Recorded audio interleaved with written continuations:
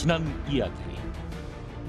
1954년 베트민군과 프랑스군은 디엠비엠프를 결전의 장소로 선택한다. 프랑스 대규모 공수부대에 맞서 베트민군은 보급로를 개척하고 맨손으로 중포를 운반한다. 프랑스군이 전혀 낌새를 알아차리지 못할 때 베트민군은 포격으로 전투를 시작한다. 거센 베트민군의 공격으로 프랑스군의 진지는 차례대로 함락되면서 위기가 찾아오는데, 뉴스멘터리 전쟁과 사람에서는 프랑스의 식민 지배를 두고 펼쳐진 디엠비엠프 전투에 관해 자세히 알아본다. 하노이의 자리를 잡고 있던 명성이 자자한 프랑스의 장군들, 그리고 이들의 눈을 피해 북부를 우리가 점령해야 승리를 할 수 있다. 베트민군은 북부와 서부 쪽으로 진출을 합니다. 이것을 막기 위해 프랑스는 대규모 병력을 파병을 해서 무려 비행장을 2개나 확보하고 견고한 진지를 구축을 했고요. 또 이에 맞서서 베트민군은 눈에 보이지 않는 어마어마한 수송로를 연결하고 또 진지를 구축하고 굴을 파서 프랑스 코앞까지 다가섭니다. 결국 베트민의 공격은 압도적인 공세로 프랑스군을 괴멸시키기 직전까지 지금 왔거든요. 지금 상당 부분 많이 파괴가 되었습니다. 이 이후에 2차 공세는 어떻게 이어집니까? 베트민군의 공세를 크게 보면 이제 2단계 공세 중에도 첫 번째 시기와 두 번째 시기로 나눌 수 있는데, 첫 번째 시기는 거점 요도상에서 보시면은 우측에서 중앙을 향해서 공격하는 첫 번째 공격이 있습니다. 네. 저것이 이제 3월 30일 날 주로 이루어지는데, 그 과정에서 우측 맨 하단에 있는, 중앙 우측 맨 하단에 있는 엘리안 거점 중에 1번 진지가 피탈이 됩니다. 네. 그 다음에 그 위에 보면은 도미니크 진지라고 있지 않습니까? 네. 도미니크 진지의 1번과 2번, 6번 이 세 가지 진지가 동일 날짜인 3월 30일 날 함락이 됩니다. 그러니까 1단계 그 3월 29일까지는 외곽 진지였지만은 이제 내곽 진지가 이제 서서히 소규모 진지부터 하나씩 야금야금 이제 함락이 되는 그런 상황이 되는 거죠. 네. 그 다음 날인 3월 31일이 되면은 그 맨 하단에 있는 이사벨 진지라고 있지 않습니까? 네네. 작은 비행장하고 같이 있는 이사벨 진지와 중앙에 있는 전체적인 거점 사이에 연락이 두절이 됩니다. 왜냐하면은 베트민군이 침투해서 중간에 차단 진지를 점령한 거죠. 그래서 전차를 동반한 병력을 연결하기 위해서 이사벨 진지에서 병력을 보냈는데, 그 베트민군 차단 진지에서 막혀서 실패하게 됩니다. 결과적으로 이 전체적으로 보면은 1단계에서는 땅콩 모양으로 이렇게 아래 위까지 연결된 방어 진지가 이제는 밑에 이사벨 진지와 주 진지가 이렇게 단절이 되고 그 상태에서 방어를 할 수밖에 없는 이런 상태가 되는 거죠. 4월 1일이 되면은 이제 좌측으로 이제 공격 방향이 주 방향이 전환이 됩니다. 그래서 첫 번째로 함락되는 게 4월 1일 날 작은 맨 좌측의 하단에 보면 프랑수아즈라는 진지가 있습니다. 네. 저 진지가 태국족이 이제 프랑스에 입대해서 병력들로 구성된 부대가 점령한 진지가 되겠습니다. 여기 굉장히 저기서 조금 심리전의 중요성을 알 수 있는데요. 사진에 보시면 이제 확성기라든가 이런 것들을 쌓아놓고, 당신 타이족들은 굳이 프랑스를 위해서 왜 목숨을 버리려고 하느냐. 우리는 아시아인인데. 그렇습니다. 그래서 그것을 이제 계속 며칠 야간에 걸쳐서 확성기를 통해서 설득하고 하는 과정에서 결과적으로 이제 타이족 병사들의 전투 의지가 상실이 됩니다. 먹혔네요. 그래서 실제로 프랑스와즈는 무혈로 타이족 병사들이 항복함으로써 무혈로 사실은 베트민군이 점령하는 이런 상황이 있었습니다. 전장에서 그렇게 해도 프랑스군이 가만히 있어요? 당시에 지금 프랑스군의 구성을 보시면 굉장히 다민족 군대입니다. 그래서 뭐 북아프리카에서 온 병사, 그 다음에 뭐 타이족 병사, 그 다음에 베트남 주민들 가운데 형성한 병사, 프랑스인으로 구성된 부대, 이런 것들이 많이 혼재되어 있기 때문에 저런 부대에 사실은 심리전에 취약할 수밖에 없죠. 그래서 베트민군이 프랑스군을 상대로, 외인 부대를 상대로도 심리전을 막 합니다. 예를 들어서 레지스탕스 노래를 막 틀어준다든가. 그러면 이제 프랑스 외인 부대는 워낙 이제 훈련이 잘 돼 있고 심리적으로 잘 무장이 돼 있으니까 프랑스 병사들 가운데 심리전에 넘어간 병사는 없는 걸로 나와 있습니다. 단지 외인 부대인데도 북아프리카 지역에서 온 일부 병사들 가운데 심리적으로 이제 공황 상태가 발생해서 탈영을 하는데 그것을 프랑스 장교들은 적결 처형으로 하겠다, 사격해서 사살하겠다 그러니까 이제 부사관들이 말립니다. 저걸 사살해 버리면은 남아 있는 북아프리카 출신 병사들의 전투 의지도 와야 된다. 그래서 같은 편에 등했다가 총 그렇습니다. 알제리나 모로코나 뭐 정말 많은 이 다른 그 민족의 군인들이 있었기 때문에 외인 부대가 많은 프랑스군으로선 상당히 위축되는 그렇습니다. 상황이 아닌가라는 생각이 좀 드네요. 지압 장군도 그걸 노린 거죠. 네.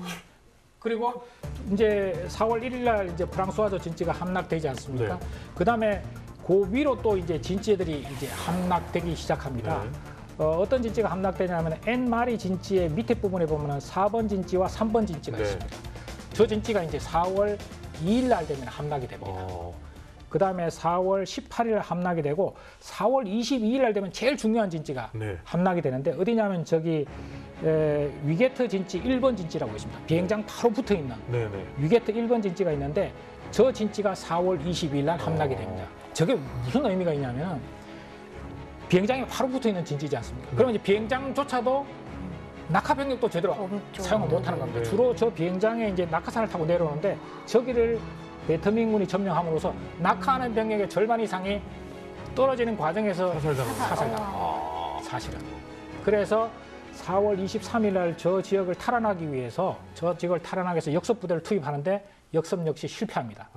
프랑스가 저 진지를 빼앗기면 굉장히 위험하다는 걸 알기 때문에 끝까지 저항을 했는데 그 대표적인 이제 사례가 저 1번 진지의 마지막 남은 게 슈발리에 대위라는 그 프랑스 장교가 있었고 병사들이 한 50명 있었는데 가지고 있는 수류탄이 한 3,000개 정도 됐다. 그 3,000개를 다 사용하고 마지막 단계에서는 진내 사격을 요청합니다. 우리 죽어도 좋으니까 여기에 아군 포탄을 쏴달라. 우리 머리 위에 포를 쏘아라. 그렇습니다. 6.25 전쟁 때 사실은 마지막 수단으로 사용하는 거지 않습니까?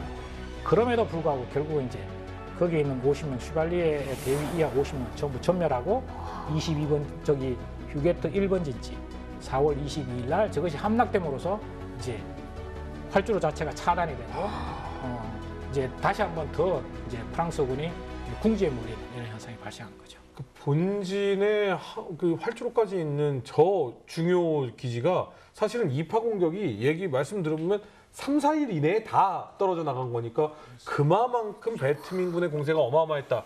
하지만 프랑스 외인 부대도 마지막 한 사람이 목숨을 잃을 때까지도 버텨낸 그렇습니다. 사실은 굉장히 치열한 전투였다라고 볼 수 있는데 그렇다고 프랑스가 결국 포기는 안 했죠. 계속해서 군이 투입은 되죠. 그죠. 예. 군이 계속 투입이 됐는데 문제는 점점 베트민군이 진지들을 이제 확보를 했고 그러니까 안전한 낙하 지점을 더 이상 찾을 수가 없었습니다. 게다가 다른 전투와는 다르게 베트민군이 이 방공 포병을 동원을 해서 이 항공 세력에 프랑스군 항공 세력에다가 공격을 하기 시작을 한 거죠. 낙하 부대가 떨어지기도 전에 비행기가 공격당하는 거죠. 그렇죠. 공수 병력들이 일정한 지역에 제대로 뿌려지려면 일정 속도에 일정 고도로 비행기가 날아야 됩니다. 하지만 이 방공포를 쏘고 있으면 그 속도와 그 고도를 지킬 수가 없어요. 그렇죠. 그럼 병력들이 넓은 지역에 퍼지게 되겠죠. 게다가 주간에 이 수송기가 오면 무조건 포격을 받으니까 야간에 공수 낙하를 시킵니다. 그러면은 야간에 떨어지는 데다가 진지 중 일부는 베트민군이 장악을 하고 있으니 일개 중대가 공수를 하면 그 중에 몇 개 소대가 살아남는 그런 일들이 번번하게 벌어지는 거죠. 사실은 저 정도 시점에서 추가 병력을 투입을 했고 그리고 대부분 지원 병력입니다. 이런 상황인데 당신네들 가겠냐? 그러면은 우리 전우가 거기서 싸우고 있으니까 나는 자원하겠소라고 한 그런 병력들이에요. 그러니까 그 프랑스군의 인도차이나에 전개되어 있던 프랑스군의 감투 정신이 그때 드러나는 거라고 봅니다. 사실은 조금 아쉬운 건 남쪽에 허리가 잘려있던 그 이사벨라 지역 같은 데에 오히려 모여서 좀 한꺼번에 올라갔으면 좀 피해가 덜하지 않았을까라는 생각도 좀 드는데 어찌됐든 이 상황에 이 치열하고 정말 험악한 상황에 분명 그들은 승리의 목적을 가지고 온 거잖아요. 그죠, 그죠. 근데 이런 때에도 정말 이런 치열한 때에도 이렇게 기념일 같은 것도 챙기고 그래요. 그렇죠. 카메룬 데이가 뭔지는 다 아마 시청자분들도 아실 겁니다. 외인 부대의 가장 큰 행사일, 네. 기념일입니다. 그 외인 부대가 멕시코에서 치렀던 그 카메룬 지역에서 끝까지 버티면서 지켜냈던 그걸 기념하는 날이 카메룬 데이죠? 맞아요. 예. 그래서 그 날이 4월 30일이잖아요. 근데 4월 30일이 그러니까 54년 4월 30일에 이 DMBMF에서 그 날을 맞이하게 되죠. 네. 그래서 일부 외인 부대원들은 전투 중임에도 불구하고 기념식을 합니다. 자신들만의 기념식을 하죠. 게다가 슈발리의 그 부대 같은 경우엔 그들이 전멸하기 전에 진내 포격을 요청하기 전에 부대원들한테 어떤 식으로 이야기를 했냐 하면 우리가 카메룬 데이를 여기서 만든다. 그러니까 우리가 전멸하자. 부대의 명예를 지키고 외인 부대의 명예를 지키고 우리는 여기서 진내 포격으로 다 죽음을 불사하자. 카메룬 데이 정말 카메룬 대위와 같은 운명을 겪어야 한다는 게 어떻게 보면 참. 사실은 4월 30일은 거의 모든 외인 부대원들한테 휴일이에요. 근데 총알이 난무하고 그 와중에 이 동료는 산화하고 부대가 산화하고 네네. 이 외인 부대원들의 마음이 뭐 이루 말할 수가 없겠죠. 연구원님. 네. 사실 그 군에 계실 때 장군으로 계실 때 우리 한국군 선배님들의 어떤 이 역사도 많이 보셨을 거잖아요. 치열한 전투가 있을 때 부대원들끼리 이렇게 있는데 생일을 맞거나 뭐 약간 그런 날도 분명히 있잖아요. 그럴 때는 어떻게 해요? 그 줄 수 있을까요? 사회자님께서 질문하시니까 갑자기 저희 저기 아버님 생각이 납니다. 네. 저희 아버님께서도 6.25 전쟁에 참전을 하셨습니다. 6.25 전쟁 7사단으로 참전하셔서 한 2년 전에 돌아가셨는데 지금 이제 대전 국립묘지에 계십니다. 6.25 전쟁 참전했을 때 이제 화랑 무공훈장을 받으셨습니다. 근데 이제 6.25 전쟁 참전했을 때 이야기를 가끔 하시면서 그 당시에 소대장 한 분을 굉장히 잊지 못하겠다라는 말씀을 하신 적이 있습니다. 그러니까 소대원들이 몇 명이 사실은 전장터에서 생일을 다 챙길 수 없습니다. 그렇죠. 그래서 생일이었음에도 불구하고 말로만 하고 또 이제 몇 번의 격전을 치르고 나서 잠시 이제 부대가 뒤로 후방으로 빠져서 잠시 정비를 하는 시간이 있습니다. 그때 소대장이 자기가 차고 있던 시계를 팔아서 병사들의 먹을 것과 간식 또 약간의 술 뭐 이런 것들을 제공해주고 다들 그때 그 눈물을 흘리면서 그것을 마시고 전우회를 다졌다 이런 이야기를 뭐 50년, 60년이 지나도 말씀을 하시더라고요. 그러니까 전투 현장에서 병사들은 사실은 뭐 거룩한 뭐 국가와의 대의 또 뭐 이념 이런 걸 가지고 싸우는 거는 사실 거의 뭐 많지는 않습니다. 대부분의 경우는 옆에 있는 나의 동료 전우가 위험하기 때문에 내가 나갈 수밖에 없다. 나가서 싸우겠다. 이 두려움을 극복하고 내가 임무를 제대로 수행해야 되겠다. 또 부상당한 전우를 구출해야 된다. 이런 심정으로 싸우는 겁니다. 대의와 이념 이런 것들은 전투 현장에서 가면 대부분이 희박해집니다. 그래서 말씀하신 대로 그 외인 부대 특유의 그 끈끈한 전우회 이런 것들이 전투 현장에서 또 실제 전투 중요한 위기 때마다 굉장한 위력을 발휘하죠.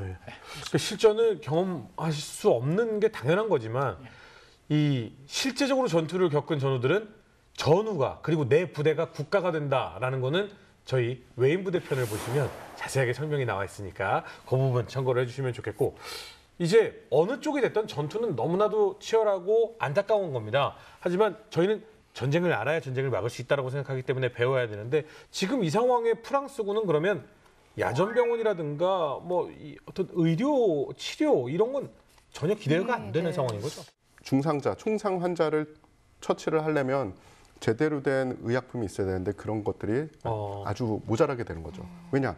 그 전에는 공중 보급으로 모든 걸 받았고 심지어 공군이 운영하는 항공 앰뷸런스, 그러니까 수송기를 개조해서 환자들을 실어 나를 수 있는 항공 앰뷸런스가 왔었는데 이제 비행장이 폐쇄돼 버리니 그런 항공 앰뷸런스 서비스도 못 받게 되는 거죠. 네, 그럼 이제 배트민군 마지막 공세 가나요? 그렇습니다. 이제 3단계 공세가 5월 1일부터 이제 마지막 5월 7일까지 전개가 됩니다. 뭐 이때는 3단계 작전이 시작될 때는 이미 이제 방어 지지가 굉장히 축소가 되지 않습니까? 그래서 동시에 4개 방면에서 동시에 공격을 실시하는데 그때 이제 작전 경과를 보면은 맨 우측에 있는 엘리앙이라는 거점이 있고 거기에 이제 1번, 2번, 3번, 4번 진지가 있는데 저기에 4개의 진지 4개의 진지가 동시에 차례대 축차적으로 떨어지면서 엘리앙 진지도 완전히 이제 베트민군에 함락이 됩니다. 저기서 이제 결정적인 전투가 아주 이루어지는 게 엘리앙 2번 진지.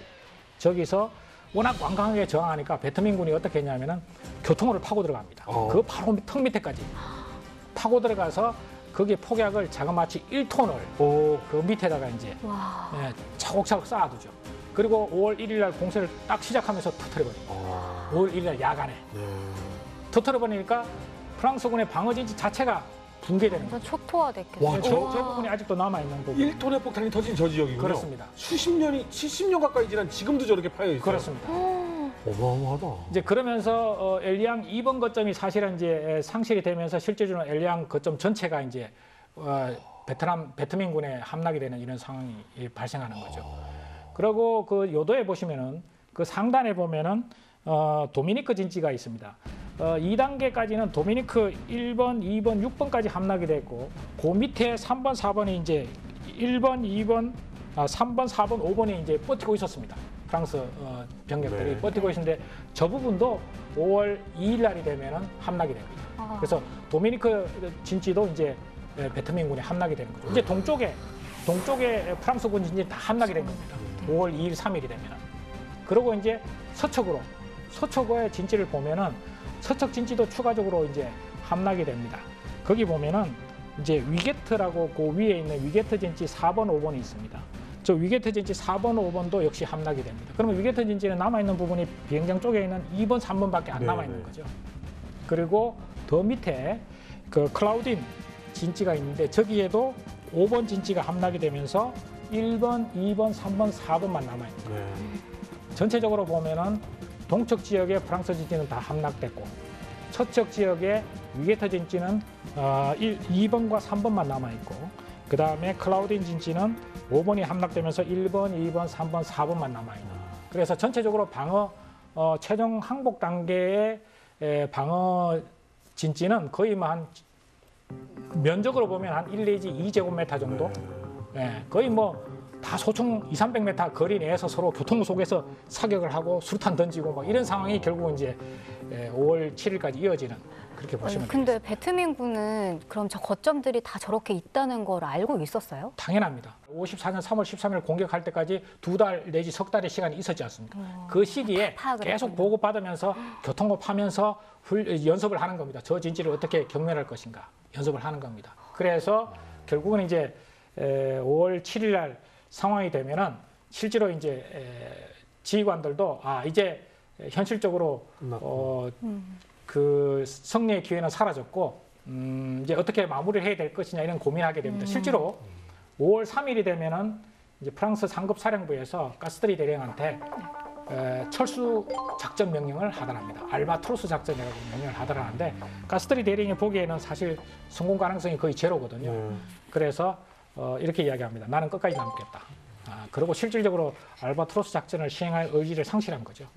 그렇게 아니 뭐 비행기가 있는 게 아니라 육로로 퇴각한다는 건 불가능이죠. 그리고 참 저희 이제 류전사를 꾸준히 봐오시는 분들이라면 띄엄띄엄 떨어져 있던 전투들이 조금씩 연결되는 걸 아마 느끼실 건데 확실히 공산군들이 은폐은폐해서 은밀하게 기동해서 야간에 공격하는 뭐 지평리라든가 아니면 저 장진호 전투라든가 이런 중공군, 소련군, 이 뭐 북한군, 그다음에 지금 공산 그 중국의 훈련을 받은 베트민군 이 능력은 와 정말 타의추종을 불허하는 성과를 좀 보여주네요. 그렇습니다. 그게 결국은 앞에서 시작하면서 설명드렸던 그 지압 장군의 3불 전략의 일종이죠. 그러니까 적이 원하는 시간과 장소 방법이 아니라 적이 가장 괴로워하는 시간과 장소 방법을 선택하는 거죠. 약자의 결국은 비대칭 접근이라고 볼 수밖에 없습니다. 그리고 지압 장군이 DMBF 전투를 계속하면서 언제나 한 이야기가 있습니다. 확실히 승리할 수 있는 전투만 진행을 해라. 그러니까 피아가 맞붙어도 우리가 확실히 승리를 할 수 있다는 보장이 있지 않으면 전투를 지속하지 않고 퇴출을 했어요. 게다가 DMBF 전투가 그냥 한 번에 딱 이루어진 게 아닙니다. 사실은 그 전부터 프랑스의 집단 전술 기지를 면밀히 파악을 했어요. 다른 지역에도 비슷한 게 있었고 나산에 있는 그 집단 전초 기지를 거기서 전투가 벌어질 뻔했는데 프랑스군이 철수를 해버린 거예요. 근데 프랑스군이 철수한 뒤에 지압 장군이 뭐를 했냐 하면 그 지역에 가서 면밀하게 검토를 했어요. 그러겠죠. 이게 교통화가 어떻게 연결이 되고 화망은 어떻게 구성을 했으며 원형 철조망과 지뢰밭이 어떻게 개설이 돼 있구나. 기본 지식이 있은 뒤에 DMBF 프랑스군 진지가 내려다 보이는 고지대의 지휘부를 형성을 시키고 거기서 하나하나 다 관찰을 한 겁니다. 몇 달 동안. 왜냐하면 프랑스군 진지가 우리가 그냥 이야기하기는 8개소의 중요한 진지가 있다라고 얘기하는데 병력들이 계속 축차적으로 투입이 됐잖아요. 중대 단위가 투입되면 중대 단위의 기지가 임시 기지가 생긴 적도 있고 그리고 다시 병력들을 규합을 해서 다른 진지 포인트가 된 적도 있습니다. 그리고 이름이 바뀐 적도 있어요. 그러니까 처음부터 저렇게 딱 프랑스군이 진지를 형성해놓고 싸운 게 아니라 진지들은 전투하는 그 당일날 그리고 전투가 끝나는 날까지 계속 재편성, 재구축이 되고 있었습니다. 프랑스군으로서는 지옥의 산파 그리고 베트민군으로서는 마지막 산파가 이제 시작이 돼야 되겠죠. 예, 5월 7일 날 DMBF 전투가 막을 내리게 됩니다. DMBF 프랑스 사령부에서 프랑스 총사령부에게 무전을 합니다. 이제 전투는 끝났습니다. 그리고 일시 휴전이 성립이 돼요. 왜냐하면 전장 정리를 해야 되잖아요. 서로 간에 완전히 항복을 하고 진지를 넘겨주기 전에. 그래서 프랑스 사령부에서는 그럼 당신네들이 가지고 있는 중화기들을 다 제거를 해라. 중화기를 파괴해라. 그래서 그런 작업을 하고요. 17시 40분, 그러니까 한 40분 뒤에 이 프랑스군 진지 위에 이 베트민군의 이 붉은 기가 나부낍니다. 그러면서 전투는 종료가 돼요. 그래서 전투가 18시 30분 마지막 웨인 부대원이 무기를 내려놓는 시점으로서 56일의 긴 전투가 마무리가 됩니다. 그리고 형식상 항복이었지만 보통 이런 진지가 항복을 하면 절차가 있습니다. 흰색 백기를 올려요. 네. 우리가 항복한다는 그런 뜻이죠. 근데 아까 제가 말씀드렸을 때 백기가 올라온 게 아니라 이 베트민군의 붉은 기가 올라왔다고 했잖아요. 프랑스군은 항복을 하는 그 순간에도 공식적으로 우리는 백기를 올리지 않았어. 그러니까 항복을 한 게 아니야라는 그런 마지막 남은 자존심을 지키고 싶었던 거죠. 근데 그게 주요 기지에서의 전투가 종료가 되는데 일부 고립돼 있던 프랑스 웨인 부대 그리고 남부 쪽에 이 고립됐던 이사벨에서는 항복을 거부합니다. 그러니까 주 본부는 항복을 했지만 그들은 항복을 하지 않고 끝까지 싸우게 돼요. 사령관이 장군이 항복하라는데 그러니까요. 밑에서 아니 나 항복 안 해. 이거 돼요? 그것이 결국은 어떤 작전에 영향을 미친다기보다는 자기 부하들과 외인 부대의 명예 뭐 이런 것들을 우선적으로 고려한 판단이었지 않을까 싶습니다. 그래서 5월 7일 날 실제로 주진지는 한 저녁 6시가 되면 다 항복을 하는데 네. 그 시점에 이제 탈출을 시작한 겁니다. 진지를 이탈해서 이제 밀림 지역으로 라오스를 향해서 가는데 네. 지압 장군이 그 대열을 저녁 8시에 따라잡습니다. 베트민군이. 그래서 저녁 8시에 베트민군이 그 대열을 따라잡습니다. 그래서 전투가 5월 7일 날 저녁 8시부터 5월 8일과 5월 9일까지 이어집니다. 그래서 지압 장군의 기록에 보면 약 한 2,000명이었다 그러는데 아마 2계대 병력이었으니까 약 한 1,000명에서 1,500명 정도로 추정이 됩니다. 그 병력들이 빠져나가다가 결국은 베트민군과 계속 교전이 있게 되고 실제로 밀림을 통과해서 나중에 그 프랑스군에 합류한 병력은 작게는 30명이라는 기록도 있고요. 뭐 많게는 한 150명 정도 된다는 기록도 있습니다. 결국은 실제로 탈출에 성공한 병력은 뭐 10% 내지는 5%도 안 되는 거죠. 네. 전멸 수준이네요. 그렇습니다. 진짜 무덤이 됐겠네요. 네.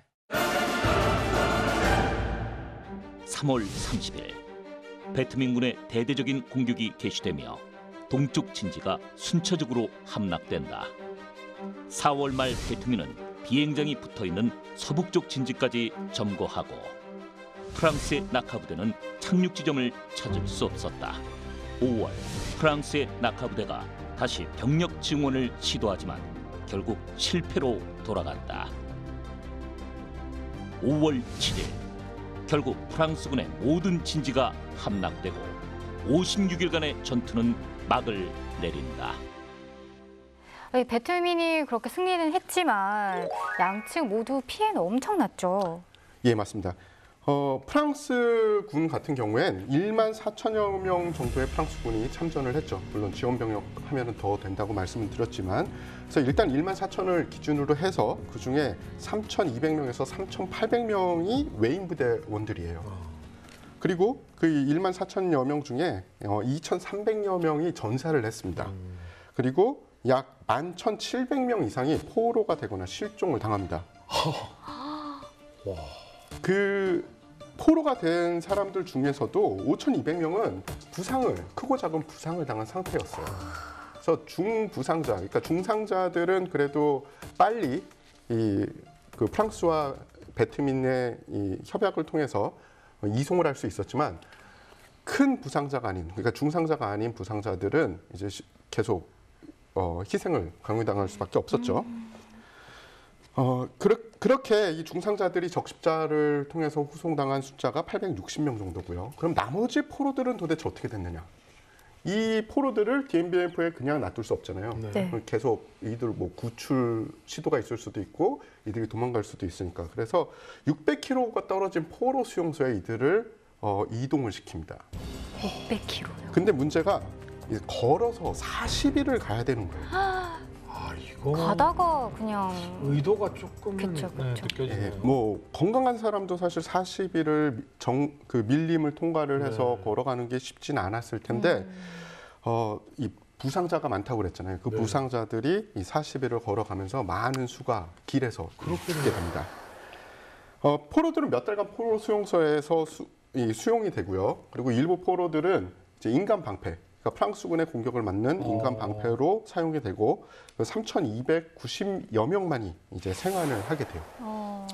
이 포로 문제에서 한 가지 더 첨언할 사항이 있습니다. 뭐냐면은 포로 중에 베트남인 프랑스 군 소속이지만은 베트남인 병사들도 있었다는 겁니다. 그게 한 3,000명 정도 되는데요. 통상 이제 DMBF 전투에서 이 부분을 그냥 뭐 무시하고 넘어가는 경우가 있는데, 사실은 이 3,000명이라는 베트남인 이제 프랑스 군 병사들이 이제 포로로 갔다가 대부분의 경우는 뭐 어떤 공산당의 어떤 회유나 이런 걸 통해서 공산당으로 가입하는 사람도 있었을 것이고, 일부는 이제 그걸 거부하고 뭐 비인도적인 대우를 받다가 이렇게 비극적인 처우를 맞는 경우도 있었겠죠. 네.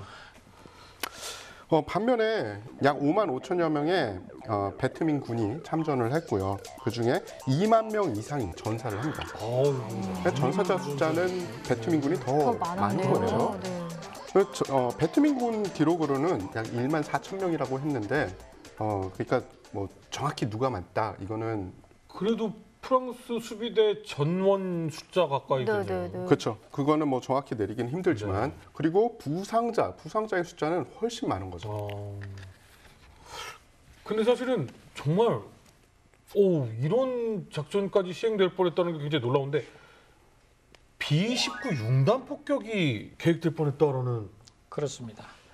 그 처음에 시작하면서 미국의 입장을 설명드렸지 않습니까? 그래서 미국이 51년도, 52년도가 되면은 프랑스 전비의 80% 이상을 담당을 합니다.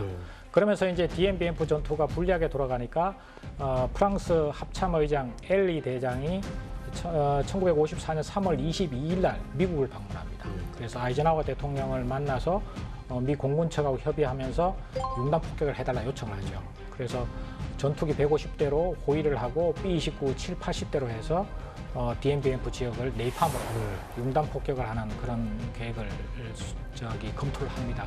뭐 융단 폭격에 대해서 아시겠지만은 카펫을 깔듯이 그냥 폭탄을 까는 거지 않습니까?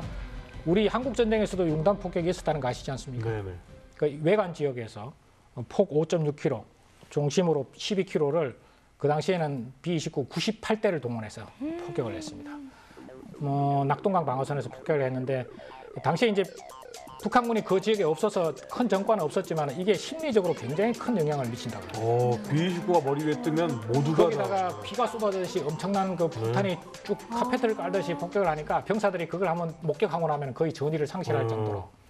예, 그러나 미국이 이제 이걸 포기한 것은 몇 가지 이유가 있는 것 같습니다. 첫째, 제1차 인도 차이나 전쟁 자체가 여론의 지지를 못 받았다는 거죠. 두 번째는 이 시기에 생각해 보십시오. 우리가 6.25 전쟁 휴전이 53년 7월에 이루어졌는데 아이젠하워 대통령이 대통령 당선될 때 사실은 한국 전쟁을 마무리 짓겠다고 해서 공약을 내걸었던 거거든요. 근데 여기서 만약에 미군이 참전하게 되면 제2의 6.25 전쟁이 발발하는 거죠. 또 전황이 이미 4월 달 넘어가면 굉장히 불리하게 돌아가지 않습니까? 그래서 4월 22일에는 패트리지 미 공군 장군이 현지에서 직접 와서 하노이까지 와서 검토도 합니다. 그러나 결과적으로는 포기하고 포기하는 과정에서 이제 리찌웨이 지평기 전투에서 네네. 리찌웨이 장군이 있었지 않습니까? 당시에 참모총장이었습니다. 네네. 그래서 의견을 물었을 때 반대했다고 그럽니다. 자기가 전투를 해보니까 이게 순수한 보병으로 공산주의 이념으로 무장한 군대에 화력으로 들어붙는다는 것은 그렇게 우리가 생각하는 만큼 효과가 있지 않다.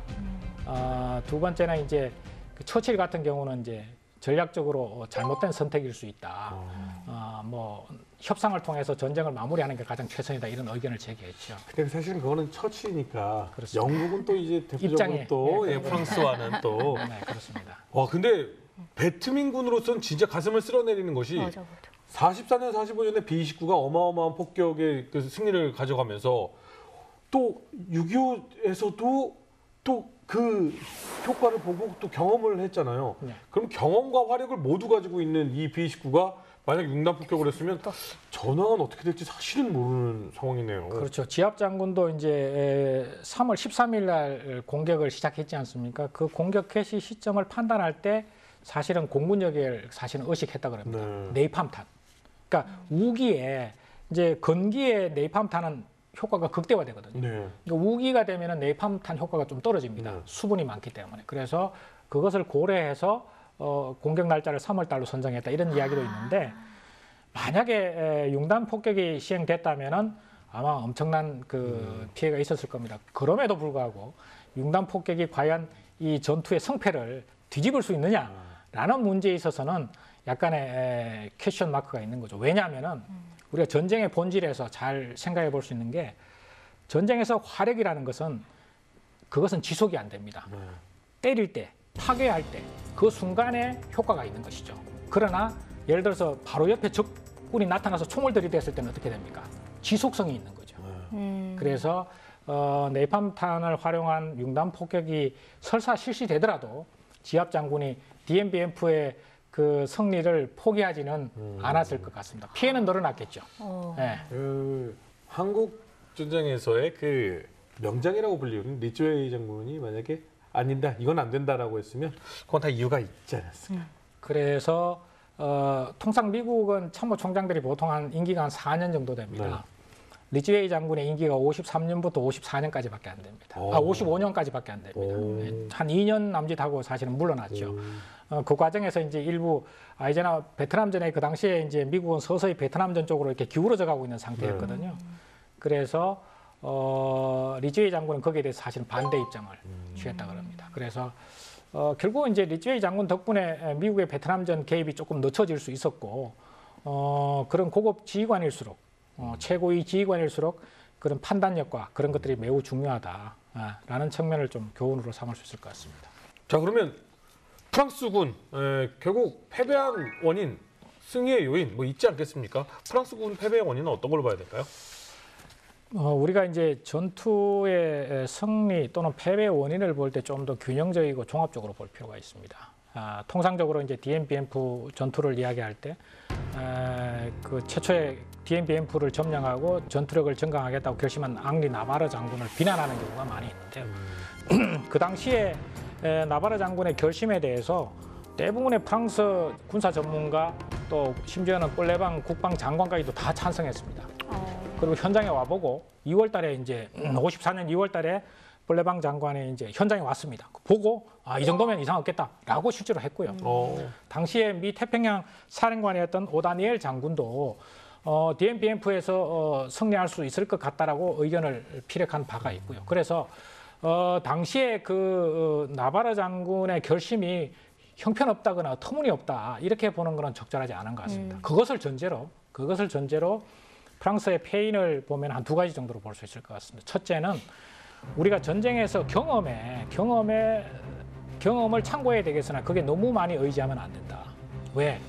자유의지를 가진 적은 끊임없이 거기에 대해서 더 좋은 아이디어와 더 굳건한 정신적으로 계속 대응하려고 하는 노력을 하기 때문에 계속 정보를 업데이트하면서 경험이 과연 그대로 유효한 것인가 또는 다시 재판단해야 될 것인가 라는 것을 끊임없이 고민을 해야 되는데 프랑스군은 1951년도와 2년도에 준비된 방어진지에 베트민군이 공격해서 성공한 사례가 없다.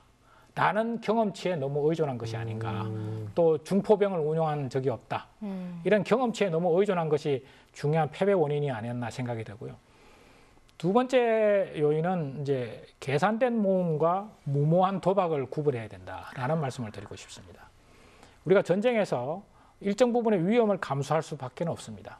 프랑스군은 이 항공으로만 보급이 가능한 DMBM프에 약 2만 명에 가까운 병력을 직결시킴으로써 여기에서 패하면 전쟁 자체를 질 수밖에 없는 그런 도박을 한 겁니다, 사실은. 그래서 우리가 항상 위험을 감수할 수밖에 없지만 군사적으로 계산된 모험과 무모한 도박은 잘 구분해야 된다.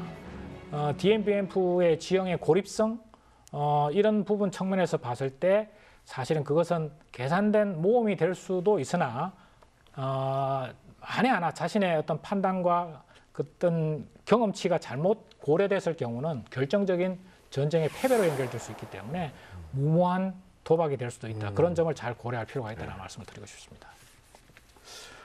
제가 생각하는 프랑스군의 패배의 원인은 프랑스에서 온 프랑스 병력은 일부 공수부대 그리고 육종 공수부대, 외인부대뿐이에요. 왜 그렇게 됐느냐? 프랑스 국민들이 이 전쟁을 그러니까 제국주의 식민지 전쟁에 대해서 아주 부정적이었어요. 네. 그러니까 명분 자체가 없는 거예요. 그러면 명분 없는 군대가 전투를 해도 본국에서 지원이 그렇게 올 수가 없죠. 그러니까 이들의 병력 구조가 그렇게 된 이유가 벌써 이 대의 명분이 없다는 것을 극명하게 보여주는 거예요. 만약에 대의 명분이 있는 전투다. 그러면 더 많은 프랑스 본토 부대들이 있었을 겁니다. 네, 프랑스군의 패배 원인을 들어봤는데요. 이 베트민군의 승리 원인은 뭔가요? 베트민군의 승리 원인도 우리가 좀 더 균형적으로 또 종합적으로 볼 필요가 있습니다. 우리가 흔히 잘못 생각하면은 베트민군의 정신적으로 승리했다 이렇게 단순하게 생각할 수 있습니다. 그러나 1950년 이후에 베트민군은 정규전을 주로 하고 게릴라전을 보조적인 수단으로 활용하는 실질적인 군대였습니다. 그래서 만약에 중공의 지원을 통해서 정규전을 수행할 수 있는 장비와 그런 화력 이런 것들을 갖추지 않았다면 정신력으로 이 DMBM프의 프랑스군 진지를 극복하는 건 불가능했을 겁니다. 그것을 전제로 해서 승리할 수 있었던 지압 장군의 판단 이것이 가장 중요한 승리 원인이었다고 생각합니다. 우리가 흔히 이야기할 때 어떠한 전술적 성과도 전략적 과오를 대신할 수 없다 이렇게 이야기합니다. 뭐냐면 지압 장군이 여기서 회피할 것인가 공격할 것인가를 고민하다가 공격하겠다고 결심을 했고 속전속결로 할 것인가를 고민하다가 연진연공으로 하겠다, 연진연성으로 하겠다 이렇게 결심한 거죠. 그 결심 자체가 사실은 승리에 저는 80% 이상을 기여를 했다고 봅니다. 네, 오늘 프랑스 외인 부대가 참여하고 더불어 베트남의 역사를 바꾼 DMBM프 전투에 대해서 들어봤습니다. 마지막으로 정리 한 말씀 부탁드립니다. 네, 두 가지를 말씀드리고 싶습니다. 우리 군사적 검언에 이런 이야기가 있습니다. 유형 전투력은 칼의 몸통이고 무형 전력은 칼날이다 이런 말이 있습니다. 그러니까 유형 전력은 장비, 무기, 병력 이런 숫자 개념이죠. 그것이 결국은 칼의 몸통인 거죠. 그 다음에 무형 전력은 우리의 어떤 전투 의지라든가 싸우는 방법에 숙달된 어떤 싸우는 방법 이런 것들이 이제 무형 전력인데 이것이 결국은 이제 칼날을 형성한다는 겁니다. 그래서 유형 전력이 필요 조건이라면은 이제 그 무형 전력은 충분 조건이 되는 거죠. DMBM프 전투를 바라볼 때 너무나 그 정신력 또 전투 의지 이런 측면만 보기보다는 좀 더 균형적인 측면에서 유형 전력과 유형 전투력과 무형 전투력이 결합이 됐을 때 이런 큰 전투력을 발휘한다 이렇게 이해를 해주실 필요가 있겠습니다. DMBM프 전투를 바라보고 자료를 볼수록 저는 지금 러시아와 우크라이나, 그러니까 우크라이나 사태가 계속 생각이 납니다. 그 누구도 세계 종합군사력 2위인 러시아가 우크라이나 군에 맞서서 저렇게 졸전을 할 줄 몰랐죠. 그게 바로 대의 명분이 중요한 것 같아요. 대의 명분이 없이 왜 전쟁을 해야 되는지 모르는 군인들과 대의 명분이 있고 우리나라를 지켜야 되는 군인들은 전투에 임하는 자세가 다를 수밖에 없습니다. 그래서 저는 DMBMF를 통해서 지금 우크라이나 사태를 좀 바라보게 됐죠. 네, 오늘 DMBMF 전투를 통해서 베트남 국민들의 이 독립을 향한 열망이 정말 큰 성과를 냈다라는 이 사실을 정말 다시 한번 느꼈던 것 같습니다. 참으로 많은 전쟁사와 이게 이야기들을 들어왔었는데 처음 들어보는 전투가 이렇게 의미 있는 전투여서 너무나도 재밌었고요. 여러분들도 재미있으셨으리라 믿겠습니다. 다음에는 조금 더 흥미롭고 재밌는 주제를 가지고 돌아오도록 하겠습니다. 시청해주신 여러분 감사합니다.